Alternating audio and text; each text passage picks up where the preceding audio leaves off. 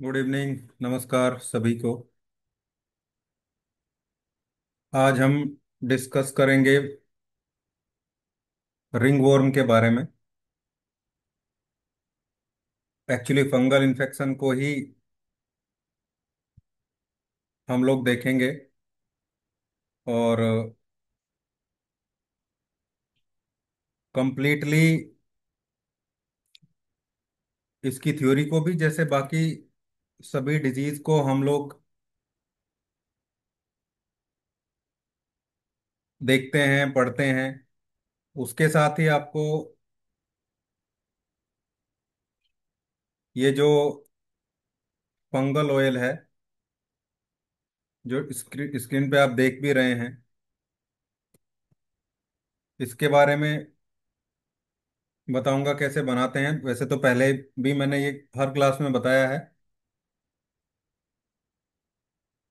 लेकिन इस बार थोड़ा सा चेंज किया है इसमें, जिससे रिजल्ट भी बेटर है। बस बेस को थोड़ा सा बदला है और ये पूरा हर्बल प्रोडक्ट बनाने का जो पूरा मटेरियल मेरे पास है, ये भी मैं आप लोगों को दे रहा हूँ। बहुत सारे प्रोडक्ट बनाने हम लोगों ने सीखे थे और वो सभी वन बाय वन मैं आप लोगों को बता रहा हूँ, और उनको इलेक्ट्रो होम्योपैथी के साथ ही मैंने यूज करके सबको ट्राई किया हुआ है। वही बेस बनाने का तरीका थोड़ा सा हमने एडवांस किया है, उसमें कुछ चीजें ऐड करते हैं हम, कुछ होम रेमेडीज, कुछ ऑयल्स वगैरह, और फिर अपनी रेमेडी ऐड करते हैं तो बहुत बेहतरीन रिजल्ट हमें देखने को मिलते हैं। फंगल इन्फेक्शन को जितने इफेक्टिवली नेचुरल एक्सटर्नल एप्लीकेशन से रिमूव किया जा सकता है, उतना सिंथेटिक और जो दूसरे मॉडर्न टाइप के सप्रेसर हैं उनसे नहीं किया जा सकता है। क्योंकि ये एक लिविंग थिंग जैसी तो है ही फंगल इन्फेक्शन, अपने आप को ग्रो करता है ये, सुपरफिशियली ही रहता है। स्किन के फंगल इन्फेक्शन की जब तक बात करते हैं, और इसको एक्सटर्नल एप्लीकेशन से स्प्रेड करना रोकना बहुत इजी है। मेडिकली इसको माइकोसिस के नाम से भी जानते हैं। और स्किन में ये जो क्रेटिनाइज टिश्यू होते हैं, यानी कि जो डेड स्किन सरफेस होता है, ज्यादातर वहां ये इन्फेक्ट करता है। मिकोजा जो लेयर होती है इंटरनल ऑर्गन की, खासकर जो डाइजेस्टिव ट्रैक है। एक मिनट होल्ड करेंगे आप लोग।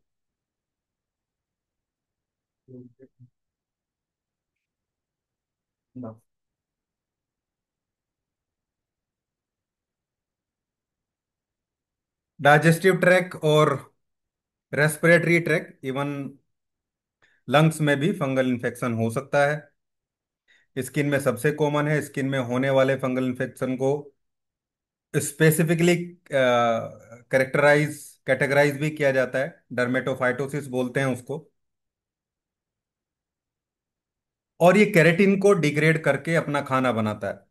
केराटिन मतलब वही जो डेड लेयर हमारी स्किन से हर जो जो स्किन का हमारा फ्लेक्स पूरा होता है 28 डेज का, और वो डेली जो ऊपर स्किन की लेयर आती है वही उसका भोजन, वही उसका खाना होती है। फंगल इन्फेक्शन को कैटेगराइज जब हम करते हैं, तो सुपरफिशियल माइकोसिस एक टाइप का फंगल इन्फेक्शन होता है, जैसे वर्सिकुलर या पिट्रियासिस वर्सिकुलर। मेलासेजिया स्पीसीज की वजह से ये देखने को मिलता है। ये जो आप टीनिया वर्सिकुलर का देख रहे हैं जहाँ पे वाइट पैचेस हो जाते हैं, ये ज्यादातर बैक पे, गर्दन के आसपास, चेस्ट के एरिया पे देखने को मिलता है। इसमें इस टाइप के वाइट पैचेस या फेड पैचेस देखने को मिलते हैं। ये सिर्फ स्ट्रेटम कोर्नियम जो आउटर मोस्ट स्किन लेयर होती है उस तक ही रहता है, उससे नीचे ये शिफ्ट नहीं होता है। मिनिमल इम्यून रेस्पॉन्स जहां पे देखने को मिलता है। दूसरा कुटेनियस माइकोसिस होता है, या एपिडर्मल माइकोसिस भी बोलते हैं, जो हेयर, नेल और स्किन में भी, एपिडर्मिस लेयर में भी दूसरी तीसरी लेयर तक जा सकता है। और यही डर्मिटोफाइटोसिस है। पिट्रियासिस वर्सिकुलर वो अलग मेलासेजिया टाइप का फंगल इन्फेक्शन है, जो जो स्क्रीन पे आप देख रहे हैं, डर्मेटोफाइटोसिस, जिसको टीनिया इन्फेक्शन के नाम से भी जानते हैं। Tinea corporis, tinea cruris, tinea pedis, tinea unguium, जो उंगलियों में, नाखूनों में होता है। आप स्क्रीन पे सब देख ही रहे हैं। ये दोनों तरीके के फंगल इन्फेक्शन स्किन में देखने को मिलते हैं। इसके अलावा सबकुटेनियस माइकोसिस, सिस्टमिक माइकोसिस, ये दूसरे फंगल इन्फेक्शन भी होते हैं जो रेस्पिरेटरी ट्रैक्ट में, खाने के पाइप में, लंग्स में देखने को मिलते हैं। लेकिन आज हम बात कर रहे हैं डर्मेटोफाइटोसिस और पिट्रियासिस, ये दोनों पे हमारा फॉर्मूला काम करेगा। मोस्ट कॉमन टाइप के डर्मेटोफाइटोसिस, टीनिया कैपेटिस, जो स्कैल्प में देखने को मिलता है, टीनिया कॉर्पोरिस, जो पूरे बॉडी बॉडी ट्रंक पे ज्यादातर देखने को मिलता है, यानी कि बॉडी का अपर वाला पार्ट की बात करें, टीनिया क्रूरिस जो ग्रोइन एरिया में देखने को मिलता है, टीनिया पेडिस जो फुट में देखने को मिलता है, टीनिया ओंगियम जो नेल्स में देखने को मिलती है, टीनिया बार्बरी जो बियर्ड के एरिया में स्पेसिफिकली देखने को मिलता है। इसके अलावा टीनिया फेशाई भी होता है, जो बहुत सारे लोगों में रहता है। वो लोग बोलते हैं कि केवल चेहरे पे खुजली होती है और कहीं खुजली नहीं है, और बहुत तेज, बहुत भयानक खुजली होती है। उनके चेहरे की स्किन भी थोड़ी वहां से अलग नजर आती है जब आप गौर से देखते हैं। टीनिया मैनम भी एक टाइप का डर्मेटोफाइटोसिस देखा जाता है, जो केवल हैंड में जिसका फंगल इन्फेक्शन देखने को मिलता है। Just a minute.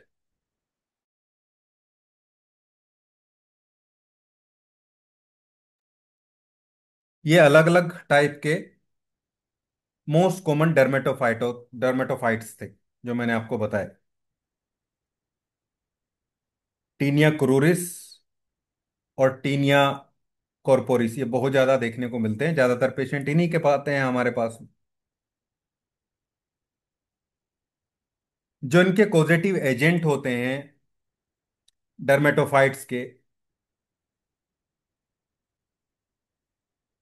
या वो स्पेसिफिक टाइप के फंगाई जो होते हैं या फंजाई जो होते हैं, ट्राइकोफाइटोन, माइक्रोस्पोरम, एपिडर्मोफाइटोन, ये डर्मेटोफाइट्स हैं जो क्रेटेनोफिलिक होते हैं, यानी कि केरेटिन को खाते हैं, स्किन की लेयर को खाते हैं ये। दूसरा एक यीस्ट भी होता है, जैसे कैंडिडा एल्बिकेंस, कुटेनियस कैंडिडासिस, जो यूनरी ट्रैक्ट में फीमेल को ज्यादा देखने को मिलता है। इसके अलावा लिपोलिक फंजाई भी होते हैं, जैसे पिट्रियासिस वर्सिकलर जो अभी मैंने आपको बताया, मेलासीजिया। ये केवल ऊपर सुपरफिशियली लेयर पे होता है, और ये हेयर फॉलिकल से निकलने वाले सीबम को केवल अपना भोजन बनाता है। लिपोलिक फंजाई, लाइपोलिक फंजाई और केराटिनोफिलिक फंजाई या फंगी, जो भी आप कहें उसको, और yeast, Candida albicans. Yeast infection, Candida infection भी फंगल इन्फेक्शन ही है। हालांकि उसको हम अलग पढ़ेंगे, डिस्कस अलग करेंगे, जब मैं वेजिनाइटिस या वेजाइनल इन्फेक्शन के बारे में आपको बताऊंगा। फिजियोलॉजिकल या पैथोफिजियोलॉजिकल चीजें जब जब हम इसकी डिस्कस करते हैं, तो सबसे पहले इसकी एंट्री कैसे होती है। स्किन के सरफेस पे ये सेटल डाउन करता है, और ये स्प्रेड आउट होता है टच करने से, कपड़े, टॉल वगैरह यूज करने से। मोइस्ट और वार्म एरिया, जहाँ पे पसीना आता है, गर्मी की जगह है, बैंड वाले एरिया हैं, वहाँ ज़्यादा ग्रो करता है, जैसे ग्रोइन, टो वेब्स, एल्बोज वगैरह के, नी के पिछले वाला एरिया जो होता है। स्वेटिंग से बहुत आसानी से इसकी एंट्री होती है। कोलोनाइजेशन उसके बाद फिर ये कोलोनाइजेशन करता है स्ट्रेटम कोर्नियम, ऊपर की लेयर में, क्रेटेनाइज लेयर में रहता है। खासकर ये टीनिया की मैं बात कर रहा हूँ।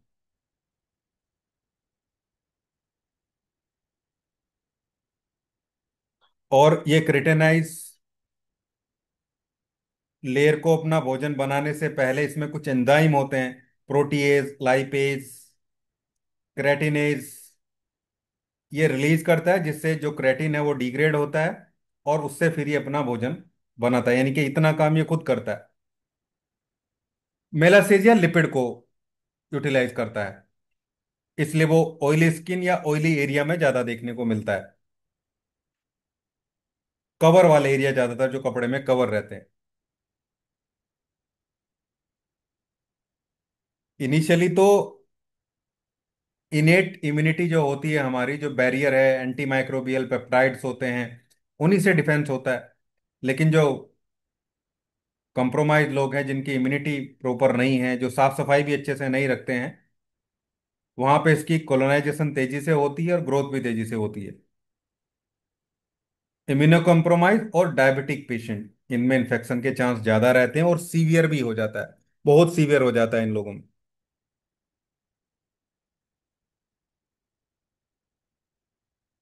नेल्स में थोड़ा धीरे धीरे फैलता है, लेकिन नेल्स में भी काफी देखने को मिलता है, खासकर खेत वगैरह में काम करने वाले लोग, मिट्टी में रहने वाले लोगों को। और ऊपर से वो पैर की, अपने नाखूनों की साफ सफाई नहीं रखते हैं, तो ऐसे लोगों को बहुत होता है। दूसरा, अगर किसी को नेल फंगल है और साथ में डायबिटीज भी है, तो उसकी स्थिति, अगर वो उसको सही नहीं करते हैं, उसका ध्यान नहीं रखते हैं, तो वो गैंग्रीन में भी कन्वर्ट हो जाता है। बहुत देखा जाता है डायबिटिक पेशेंट में ऐसे। क्रोनिक टाइप की डिजीज होती है, क्रोनिक मतलब बहुत लंबे समय तक ये रहती है, इसका टर्नओवर स्लो होता है, रेजिस्टेंट इन्फेक्शन इसमें बना रहता है। टर्नओवर स्लो इसलिए होता है क्योंकि क्रेटेनाइज डेड टिश्यू में रहते हैं। इन्फेक्शन भी रेजिस्टेंट इसलिए रहता है, humidity, tight clothing, poor hygiene, ये इसकी रिकरेंसी को ट्रिगर करते हैं। ह्यूमिड एटमोसफियर में लगातार रहना। अभी एक बच्चा मेरे पास आया था, 20-21 साल का, और कहीं पढ़ रहा था किसी कॉलेज में, और वो लगातार कॉलेज में बैठता है पहले सीट पे, फिर वो अपनी कोचिंग में जाता है, उसके बाद वो किसी लाइब्रेरी में जाता है कोई कंपटीशन की तैयारी के लिए। लगातार उसके ग्रोइन में इतना पसीना, इतनी ह्यूमिडिटी की वजह से उसको बहुत बुरी स्थिति। पहले वो ऐसे ही क्रीम वगैरह लगाता रहा, बहुत सारी ऐसी चीजें करता रहा। अब जब मेरे पास आया तो पूरा स्टमक एरिया तक उसको फैला हुआ, नीचे भी पूरे थाइज एरिया में। और सब, फिर बहुत सारी एलोपैथी भी ले चुका है, ऐसा नहीं कि अभी से है उसको। सब लेता है, ठीक हो जाता है, लेता है, ठीक हो जाता है, फिर चलता है। मैं उसको दे रहा हूँ थोड़ा सा, इंक्रीज जरूर होता है इनिशियली, लेकिन हम डोज मैनेज कर देते हैं। आराम से ठीक हो जाएगा वो 3 से 6 महीने में। उसके बाद भी लेकिन मेडिसिन चलेगी लगभग 1.5 साल तक, ये मैंने पहले ही बोल दिया है।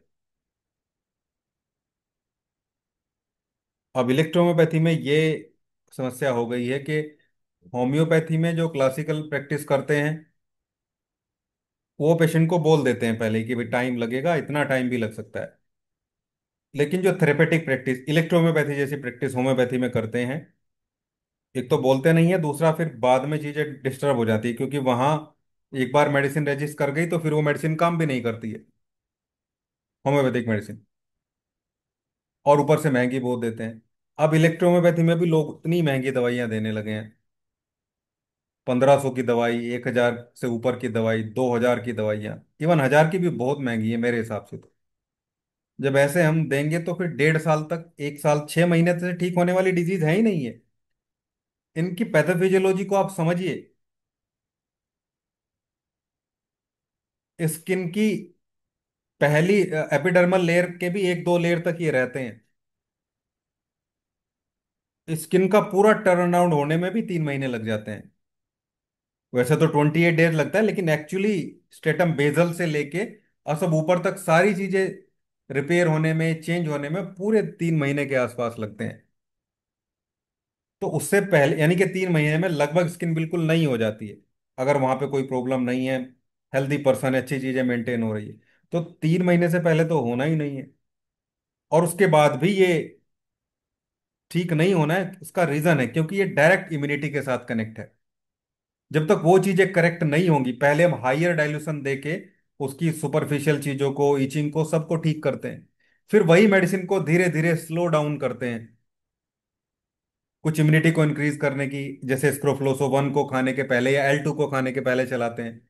लेकिन कब चलाते हैं? जब वो लगभग ठीक होने की सिचुएशन में होता है।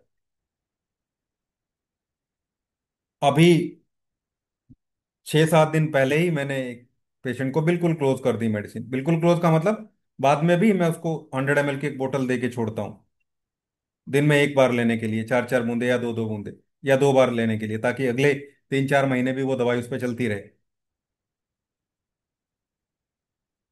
और वो खुद 15 साल से एलोपैथिक मेडिकल स्टोर चलाता है।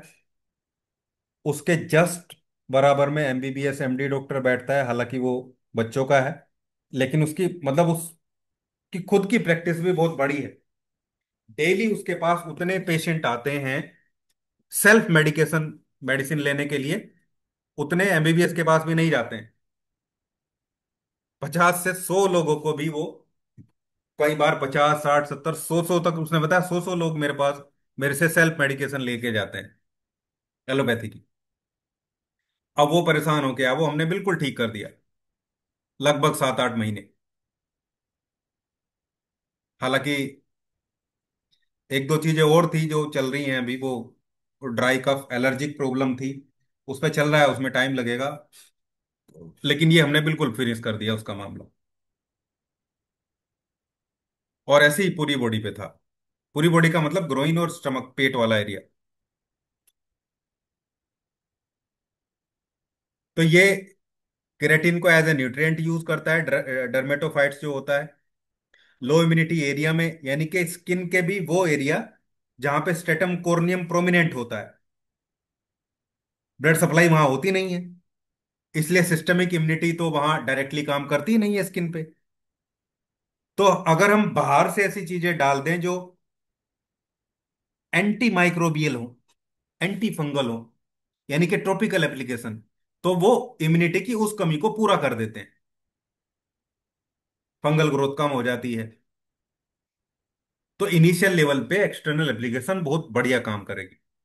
लेकिन एक चीज आप ध्यान रखेंगे, अगर पेशेंट को ऑलरेडी ऑयली स्किन है, या वहां बहुत ज्यादा ऐसी प्रॉब्लम रहती है ह्यूमिडिटी की, तो उसको एक्सटर्नल एप्लीकेशन फिर ज्यादा ऑयल में, क्या ऑयल में देंगे ही नहीं। फिर या तो पेट्रोलियम जेली में बनाइए आप, या ग्लिसरीन में बनाइए फॉर्मूले को, या किसी भी ऐसे ऑयल में बना सकते हैं जिससे ज्यादा, जैसे कोकोनट ऑयल है, बढ़िया रहता है स्किन के लिए।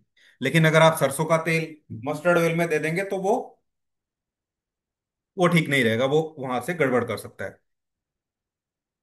इनकम्प्लीट ट्रीटमेंट, लो इम्यूनिटी और मोइस्ट इन्वायरमेंट इन्वायरमेंट, ये तीन चीजें इसको वापस बार बार रिकरेंट होने के लिए जिम्मेदार होती हैं। क्लास एक ही हाफ में करेंगे आज एक्चुअली। वैसे तो मैं अभी आया हूं बाहर से, लेकिन कुछ गेस्ट वगैरह आए हुए हैं, तो थोड़ा सा मैं जल्दी फिनिश करूंगा फर्स्ट पार्ट में ही। चीजों को कंप्लीट भी हो जाएंगी, ये एक डिजिट तो हमारी हो ही जाएगी।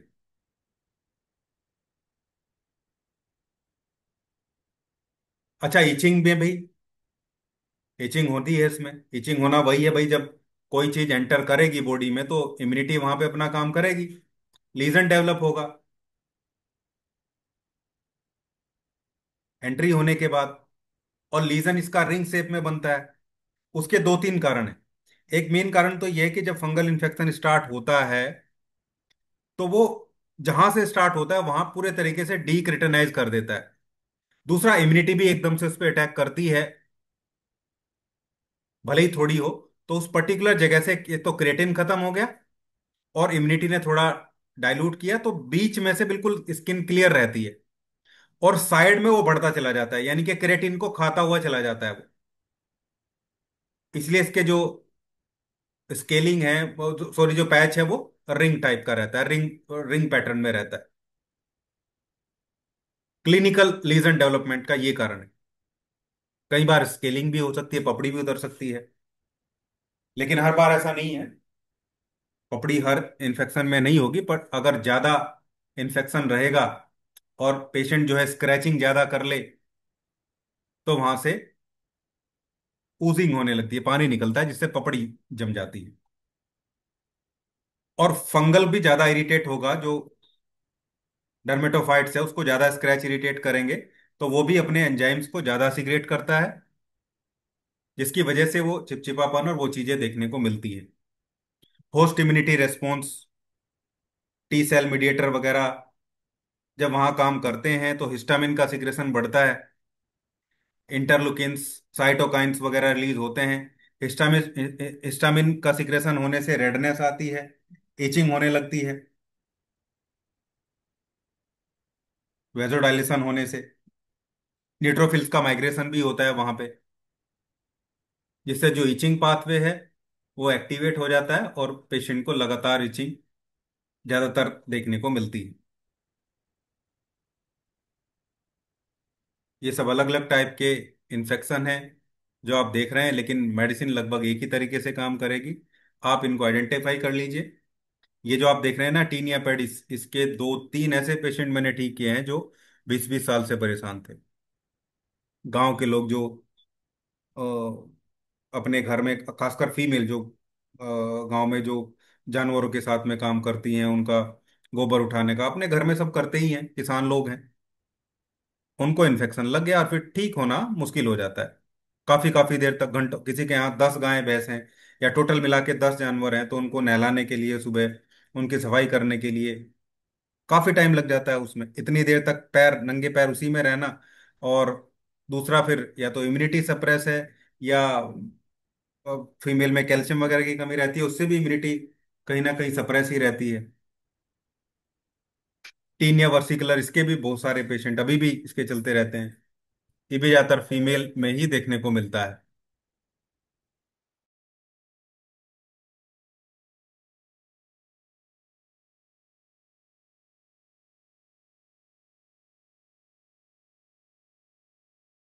एक मिनट होल्ड करें।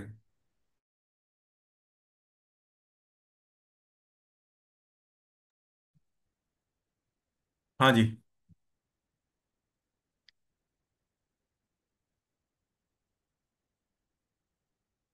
टीनिया पेडिस वाले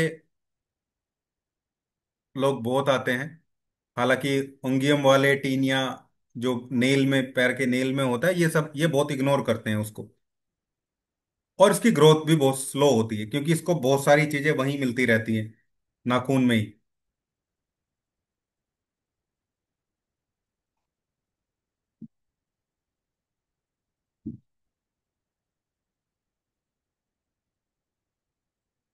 टीनिया कॉर्पोरिस, ये पर्टिकुलर रिंग टाइप का होता है। टीनिया कॉर्पोरिस, टीनिया क्रूरिस, ये तो एक ही है लगभग, बॉडी पे होने वाला। और ग्रोइन में, हालांकि ग्रोइन में होने वाला अलग तरीके का थोड़ा सा दिखता है, वहां रिंग ज्यादा नजर नहीं आते, वहां पूरी स्किन ही इन्फ्लेम नजर आती है, क्योंकि मॉइस्ट एरिया है। क्रेटिन और ऑयल दोनों वहां ज्यादा मात्रा में मिलते हैं फंगस को।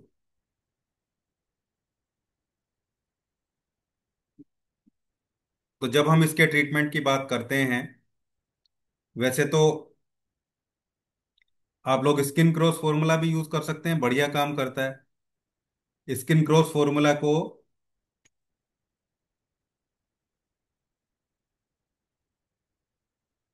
आप जैसे मैंने बताया था वैसे ही सेम बना के यूज कर सकते हैं। या फिर, क्योंकि ये देखिए सुपरफिशियल लेयर का ही है, तो इसकी रेमेडी तो S5C5 ही है। तो जब फॉर्मूला बनाएंगे तो S5C5 मेन रेमेडी रहेंगी। क्रेटेनाइज लेयर की, या फिर मैं बोलूं एपिडर्मिस लेयर की रेमेडी, यही ऑर्गन वाइज रेमेडी भी यही है हमारे पास। दूसरा, अब पेशेंट को इसमें प्रॉब्लम इन्फेक्शन की है।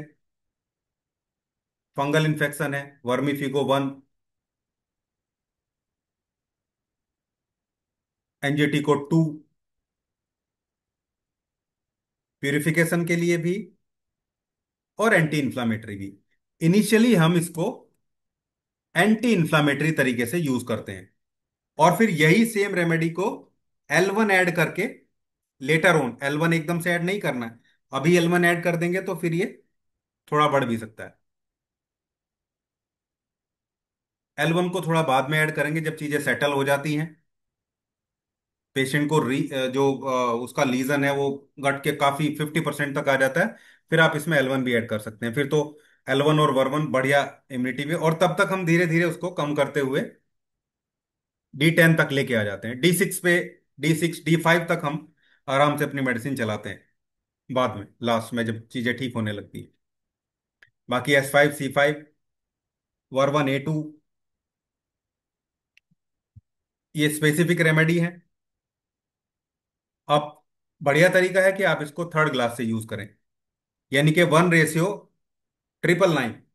अगर मैं, जो ड्रॉप मेथड हम बनाते हैं बोतल का, उसको अगर निकाल लें तो 1:1000 में चला जाता है वो। तो इसकी थर्ड बोतल प्लस येलो इलेक्ट्रिसिटी की 2 ड्रॉप। अच्छा, थर्ड बोतल से कितना डालेंगे? 10 ड्रॉप्स फ्रॉम थर्ड बोतल। जो थर्ड बोतल आप बनाएंगे उससे 10 बूंद डालेंगे 30 ml में, और वाई की 2 ड्रॉप डालेंगे D3 से। वाई वहां पे इचिंग को भी कम करेगा। जब D3 से डालेंगे तो एंटी फंगल, पैरासाइट यानी कि बाहर से जो आने वाले लिविंग थिंग्स हैं जिनको पैरासाइट बोलते हैं, उनको किल कर देता है येलो इलेक्ट्रिसिटी, इंटरनली भी एक्सटर्नली भी, दोनों तरीके से। ये एक फॉर्मूला रहेगा हमारा। दूसरा, स्क्रोफ्लोसो 2 भी इस पे अच्छा काम करता है। लाइकोपोडियम एक अच्छी एंटी फंगल रेमेडी है। कैंसेरेसो 1 इचिंग के लिए बढ़िया काम करती है। ये फॉर्मूला इचिंग के लिए ही बना रहा हूं मैं। S2 फंगल इन्फेक्शन के लिए, S2C1 वर्वन, इसमें भी वाई ऐड करेंगे, ध्यान रखना वाई इसमें भी ऐड करेंगे हम। S2C1 वर्वन, 1 ड्रॉप D3 से, प्लस वाई 10 ड्रॉप, और ये 1 लीटर में डाल देना। पेशेंट से वहीं 1 लीटर की बोतल मंगवाना, उसको बोलना बाहर जाइए, एक पानी की बोतल लेके आइए, आपकी दवाई बना के देनी है, और ये D3 से सीधा डाल के दे देना उसको। और ये पेशेंट को पूरा दिन चलानी है, पूरा दिन नहीं, पूरा जो जो ट्रीटमेंट उसको आप देंगे 15 दिन के लिए, 15 दिन तक इसमें से धीरे धीरे पेशेंट लेता रहेगा। 1 चम्मच, 1 चम्मच लगभग पर 2 आवरली कर लो, हर 2 घंटे पे। कई बार तो मैं एक दिन में भी खत्म करवा देता हूँ उसको। बहुत रिलीफ लगता है इचिंग में इससे। S2C1 वर्वन, एक एक ड्रॉप D3 से, वाई की 10 ड्रॉप 1 लीटर पानी में, वो बोतल पेशेंट को दे दीजिए। बिस्लरी की इसलिए बोल रहा हूँ क्योंकि वो पानी जल्दी खराब नहीं होता है, प्यूरिफाइड होता है, कंटेमिनेशन नहीं होता उसमें। घर का पानी खराब हो जाता है, RO का पानी भी खराब हो जाता है। पेशेंट को बोलना है इस बोतल को फ्रिज में रखेगा, और एक एक चम्मच इसमें से डेली लेते रहेंगे। सर्दी है तो भी फ्रिज में रखेंगे, बस फ्रीज नहीं करनी है, जमनी नहीं चाहिए। बहुत ज्यादा ठंडे तो बाहर रखने, बाहर भी रख सकते हैं। हालांकि फ्रिज में रहे तो दो तीन चांस है कि वहां धूल नहीं जाएगी, गंदगी नहीं जाएगी, तो 15 दिन आराम से वो पानी चल जाएगा। लेकिन पेशेंट को समझा देना अच्छे से कि 15 दिन से ज्यादा नहीं। या फिर आप खुद कर सकते हैं। आप उसको 100 ml की बोतल दे दीजिए, ये वाली। और फिर इसमें से पेशेंट को 20-20, जितना भी 15 दिन में चल जाए। 15 दिन में मेरे ख्याल से 2 ml वो लेगा, 2 ml के आसपास। या 20 बूंदे बोल दीजिए, 20 ml लेगा हर 2 घंटे पे, तो 15 दिन चल जाएगी। केवल 100 ml की बोतल भर के दे दीजिए खुद अपने यहाँ से। और उसमें थोड़ा सा आरएस डाल दीजिए, अगर आपके पास है तो। नहीं है तो कोई बात नहीं, अगर है तो डाल दीजिए। नहीं तो 1 लीटर आप दे देंगे ना, तो पेशेंट उसको बचा के रखेगा, 3 महीने तक भी पीता रह सकता है। अंग्रेजी दवाई तो लोग टाइम पे लेते हैं, टाइम पे खत्म करते हैं, लेकिन हमारी दवाइयाँ बचा के रखते हैं। सस्ती दवाइयाँ ज्यादा दिन चलाने की कोशिश करते हैं। अभी थोड़ी देर पहले एक फीमेल आई थी मेरे पास, मैंने 10 दिन की दवाइयाँ दी थी, 1 महीने बाद आई। सिर दर्द, माइग्रेन की सर। डॉक्टर साहब बहुत दर्द है आज तो सिर में मेरे, मर गई मैं। मैंने वो देखा प्रिस्क्रिप्शन, मैंने कहा मैडम 1 महीने बाद आए हो आप, दवाइयाँ खत्म हो गई आपकी, दवाई खत्म हुए आपको 10 दिन हो चुके हैं। और अब आपको दोबारा दर्द हुआ है तो आप आ गए, पहले आप ठीक थे बिल्कुल। उसकी बेटी साथ में थी, उसने बताया कि हाँ सर ये बिल्कुल ठीक थी, कोई दर्द नहीं था। फिलहाल फास्ट भी चल रहे हैं, मैंने फास्ट रखने को भी मना किया था। तो ऐसे लोग हैं।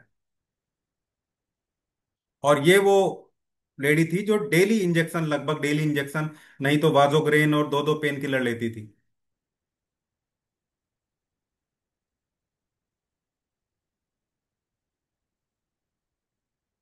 हाँ 30 ml ही बोला मैंने, ये 30 ml में ही। थर्ड बोतल से, 10 ड्रॉप्स फ्रॉम थर्ड बोतल इन 30 ml। 30 ml। सर हम लोगों ने बेसिक किया नहीं है, सर हम लोगों ने बेसिक किया नहीं है। थर्ड बोतल मेरे को समझ में नहीं आ रहा सर, इसके लिए सेपरेट कोई अगर वीडियो वगैरह हो तो दे दे। सर सारी वीडियो पड़ी हुई हैं चैनल पे, आपने वीडियो देखी भी नहीं है। समस्या तो ये है, आप नहीं, लोग। सारी वीडियो तो सर नहीं की है सर, जो खास खास जो मेरे को समझ में आई वो देखा था सर नहीं, पहले। बोतल मेथड भी अब तो मैंने समय भी बताया नहीं था मिल सर पाती है सर आप। अरे रुक जाइए सर, थर्ड बोतल बोतल मेथड भी अलग मैंने कर। बताया था। जी जी जी।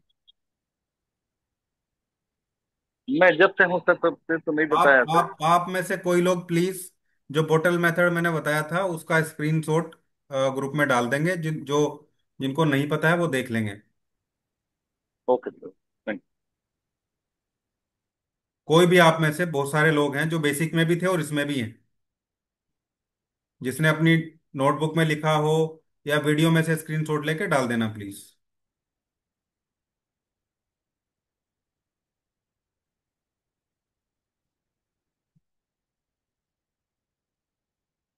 हाँ जी, किसने बोला? जी कामिल जी आप डाल देना, मोहम्मद कामिल जी आप डाल देना, ठीक, थैंक यू। मैंने बताया था इसमें भी, इसमें मैंने लगभग पूरा सारी रेमेडी का इंट्रोडक्शन भी दिया है। सभी 38 रेमेडी का इंट्रोडक्शन दिया है इस बैच में भी, और मेरे याद है किसी दिन मैंने वो भी बताया था आप लोग। चलिए खैर, आप फंगल ऑयल बनाना बताता हूँ, टाइम 3 मिनट ही बचा है, एक ही पार्ट में रखना है। 100 ml के लिए बता देता हूँ। 50 ml कोकोनट